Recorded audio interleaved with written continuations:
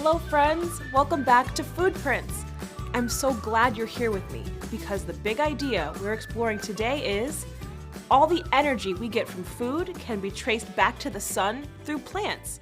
That's right, today we're going to talk about how energy from the sun transfers to plants and how that energy transfer impacts all of the food that is eaten here on Earth. Speaking of energy, here's a question for you. What do the solar-powered car and the spinach in a yummy frittata have in common? In one way or another, both of these things use energy from the sun. That's right. The sun gives off light energy, and that energy travels through space and reaches Earth. Once it gets here, the energy from the sun becomes the very first step in a fascinating path that allows plants to grow and food to be eaten by humans, animals, and insects all over the world. That path of energy in an ecosystem, from sunlight to plants to all living creatures, is called a food chain. And that's what we're exploring in today's lesson, food chains. As we mentioned, food chains begin with the sun, and that's because the sun is a very important element in a process known as, are you ready for this? It's a big word, photosynthesis. I told you it was a big word. Photosynthesis is an unbelievably cool process that allows plants to make or produce their own food. There are three main parts to photosynthesis. 1. Energy from the sun's light is absorbed through a plant's leaves. 2. A plant absorbs water through its root systems. And 3. On the underside of a leaf are little openings called stomata, and the plant uses the stomata to absorb carbon dioxide out of the air. And, just in case you didn't know, carbon dioxide is the air we breathe out. We breathe in oxygen, and we breathe out or exhale carbon dioxide.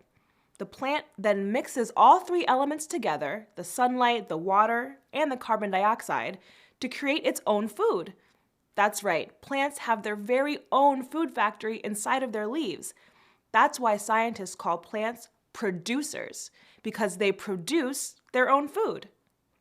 So, we've established that a food chain starts when the energy from the sun reaches a plant, and the plant turns that energy into plant food through photosynthesis. Okay, but how does that food chain get all the way to us? Well, let's take a look at my lunch here. I have a yummy spinach frittata made of beautiful green spinach and eggs. So, let's begin by figuring out the food chain for this spinach. And this is a good time to mention that when you're writing out a food chain, you always use arrows to show which direction the chain is going. For example, the sun's energy made it to a spinach plant, and photosynthesis turned that energy into plant food, which allowed the plant to grow. The spinach then got picked by the farmer, and the leaves ended up in my frittata. Now, when I eat this spinach, the energy that started with the sun and moved to the plant goes into me. And that energy allows me to do things like ride my bike or rake leaves or jump up and down. Are you seeing the pattern here? I can trace my energy all the way back to the sun. That is a food chain. Okay, let's try it again with the eggs. The sun's energy through photosynthesis allows grass to grow. And then along come chickens, who eat grass. From the grass, the chickens get the energy to lay eggs. And then the eggs end up in my frittata and give energy to me. That is another food chain.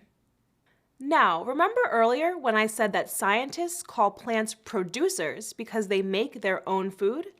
Well, scientists have another word to describe you and me and chickens and every other human and every other animal that eats food.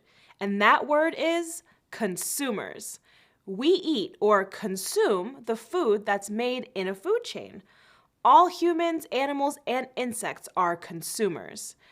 Okay, now that we know about producers of food and consumers of food, but what happens to all of the food that doesn't get eaten by humans, animals, or insects?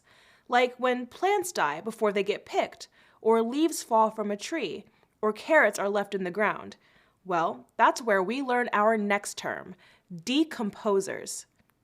There are a lot of different decomposers, like worms, fungus, bacteria, scavengers, and they all work in slightly different ways. But the main job of all decomposers is the same: to break down dead organisms and turn them back into smaller elements, like nutrients in the soil. Those nutrients are then used by new plants, and the food chain starts all over again. So, decomposers are critically important for our ecosystems and for our food chains. Today, we created food chains from the food in my lunch. So, what are you having for lunch?